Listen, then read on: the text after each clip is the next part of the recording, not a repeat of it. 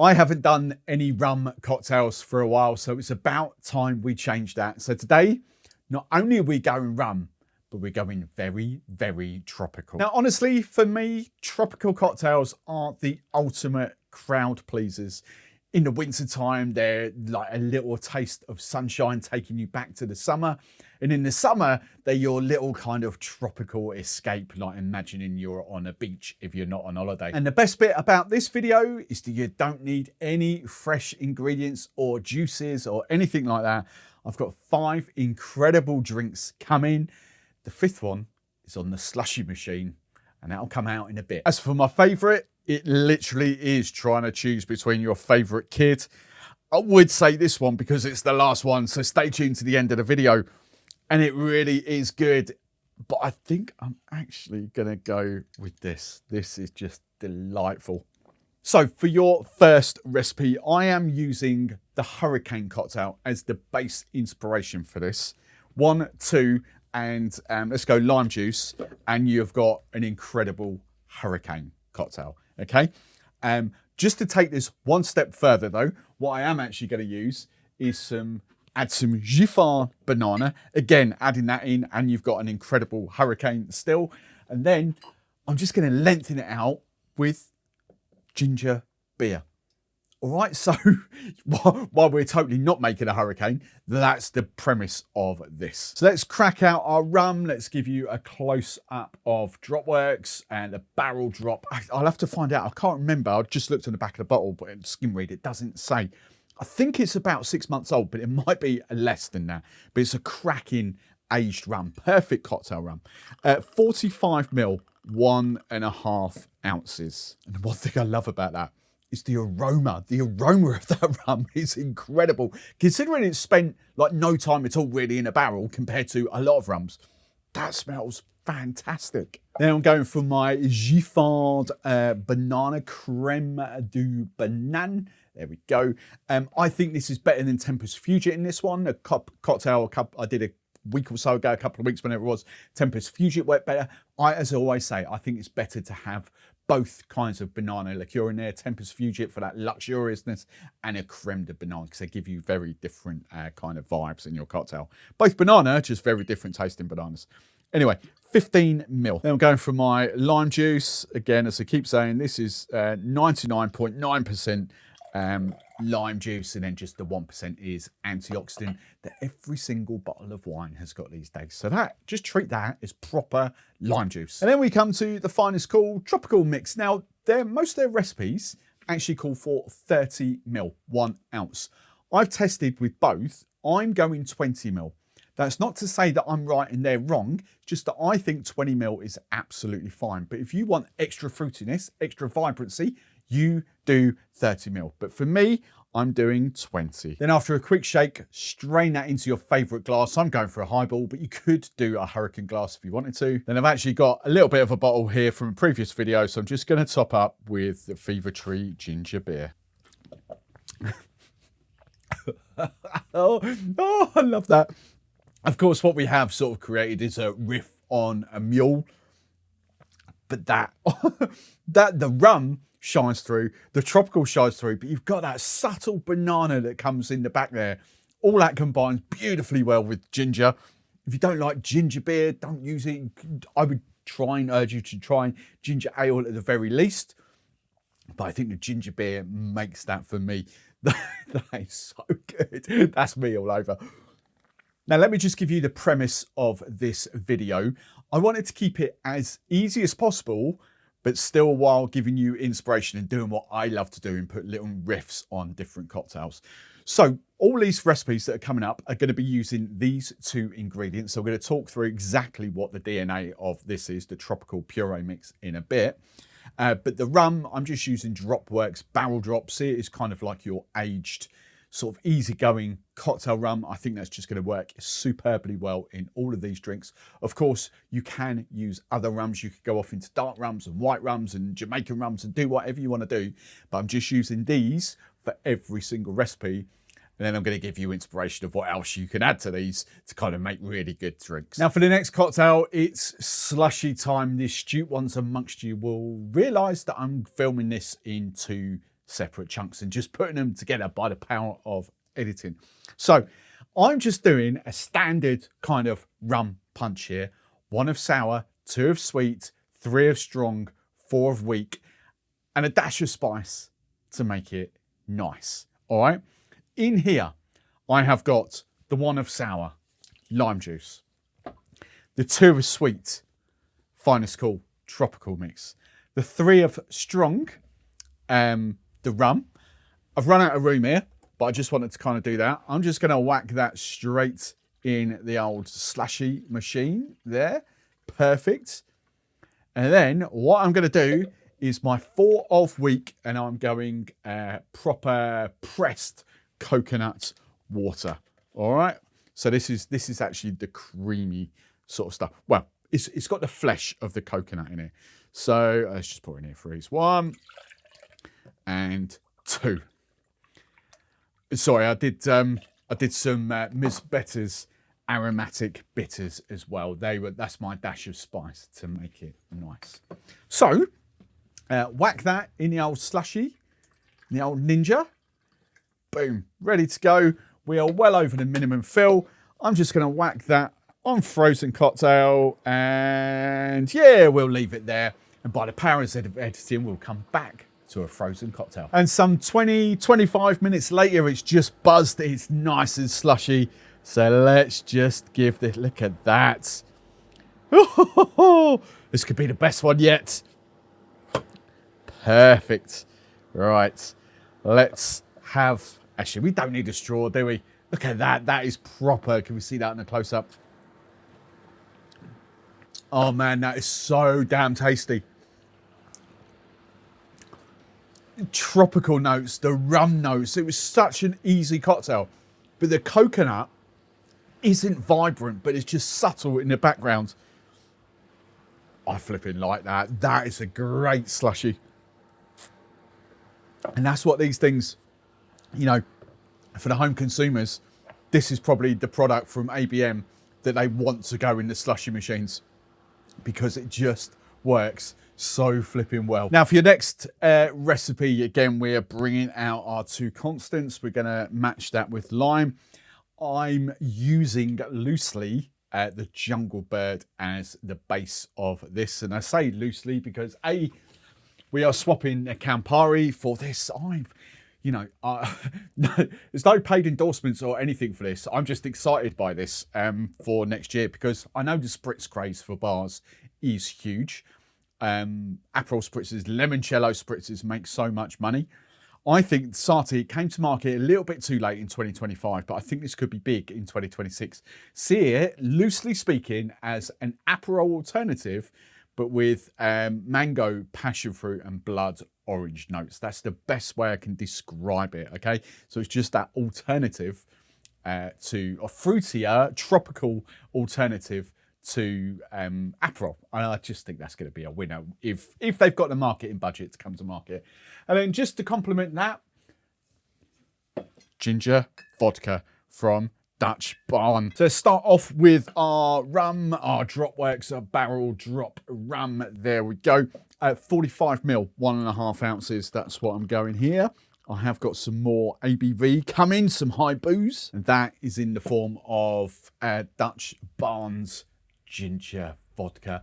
I think this is the secret hack for tiki cocktails. This stuff blended with proper fresh ginger is magnificent. 15 ml, 1/2 ounce. Let's get the Sarti out to play. Let's give you, there we go. So as I said, a mango, passion fruit, blood orange version of Aperol. 30 ml, 1 ounce. Then we want our lime juice, 20 ml. That's what I'm going to use here, 20 ml of lime juice. Then again, I am going to stick to 20 ml of the finest cool tropical. But if you want to up it, feel free. Then after a quick shake, you could go for a glass with crushed ice, but I'm just using big chunky ice. Why not? That is fantastic. All those flavours, tropical notes, ginger behind it. A little bit of that bitter but fruitiness from that Sarti. The rum is just beautiful there. That, I don't know whether I prefer this to the previous one. It's close. It's really good.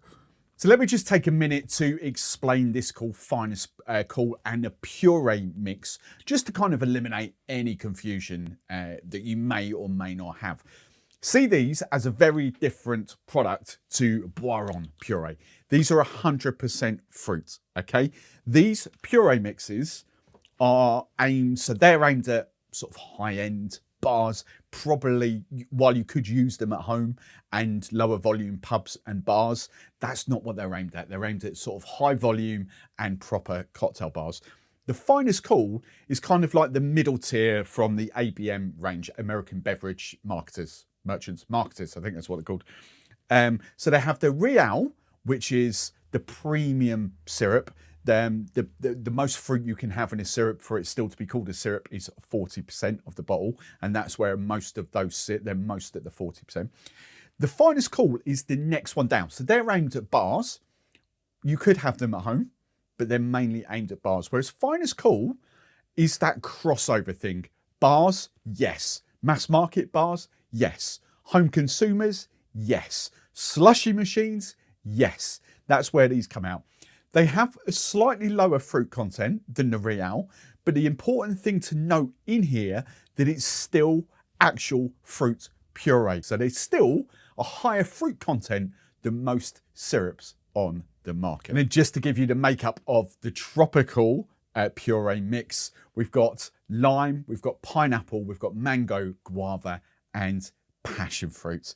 That is just going to make some flipping fun and tasty drinks. Now for this cocktail, I don't think I kind of really need to show you how to make it. It's more of an ethos. And one of my favorite cocktails is the Collins, and that structure: spirit, citrus, sugar, soda. Simple 4 ingredients, okay? Traditionally, people would think of gin. So you've got a gin, you know, Tom Collins, that's the big famous one. So what's it called? Old Tom style of gin. Then you've got lemon juice, sugar, plain soda water. Classic Tom Collins. But with that, they're kind of Mr. Potato Head cocktails. You just swap and do what you want. For instance, when you swap lemon juice for lime juice, which is what I've used here, it then technically becomes a Ricky. But not many people have heard of Ricky, so I just refer to them all as Collins, but technically it's a Ricky. So what you can do is, obviously, there's a whiskey Collins, the John Collins, the Pedro Collins, you know, tequila, whiskey, etc., etc., etc. I've simply swapped the gin, if you're thinking Tom Collins, for the rum, swapped the lemon juice for the lime, swapped the sugar for the Finest Cool Tropical. That's what we've got in the base of there. And then for the sodas, this is, you know, the world is your oyster here. This is just simply the brands that I kind of have behind here. This is the Fever Tree. Blood orange soda is going to work really well in there. The Mexican lime is going to work really well in there. Pink grapefruit, think Palomas, but that's going to work really, really well in there. We've got the raspberry and orange blossom. You've got your gingers. They're all going to work in there. Your ginger ales, you know, I've already done ginger in one of these, so I'm going to stay away from that. But the spiced orange ginger ale might be great in there. But the one I'm just going to do purely for inspiration is Fever Tree's white grape and apricot. So it kind of gives you that one. This is a cheat code for spritzes as well, because it kind of gives you that winey feel from the white grape. But the apricot just works really well with rum. So again, a 4 ingredient, simple cocktail, but people just, because it's the Collins, people think, oh, it's boring. It's not. You can just liven it up however you see fit. It's so goddamn good and easy. It's so easy. 4 ingredients. I know which one is going to be my favourite from this recipe, from this video. I'm pretty sure of that. But as far as easy cocktails go, do you know what? As I'm getting older, I like fat-free. That is just beautiful. So well balanced. 2 1/2 spirit, 2 shots. So 2 shots of spirit, 1 shot of citrus, half a shot of sweetness. I've just gone a little bit extra because I've done 20 ml instead of 15. So 60, 30, 20 I've done. And then just top it up with your soda of choice. That's a banger. For the final recipe, I am loosely using the Queen's Park Swizzle as the base of this, or the inspiration for this, I should say. We're taking it in a whole different direction, but that was the sort of premise behind it. I'm adding in, so Queen's Park Swizzle, sugar, essentially. So that's your sugar, your sweetness there, the tropical mix. Rum, lime, mint. So swap in the sugar for the tropical. I'm going to add in a touch of chartreuse, green chartreuse, because it's quite easy to get. People say it's quite expensive. It is, but you don't use much of it. It lasts for flipping ages. So cost per cocktail is quite minimal, to be fair. So I think it's always worth having a bottle. Yes, I know it's expensive to buy, but it will last you a long time. A couple more ingredients. We're going for a coconut liqueur. I've got Bounty here.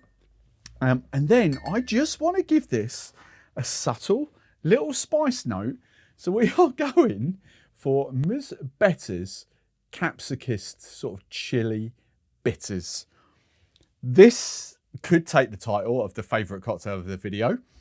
Let's find out. So I'm going to make this Queen's Park Swizzle styly. So I'm going to get the sort of sweetness and the citrus in here first. So the finest call tropical puree mix, 20 ml. Again, if you want to do 30, go for it.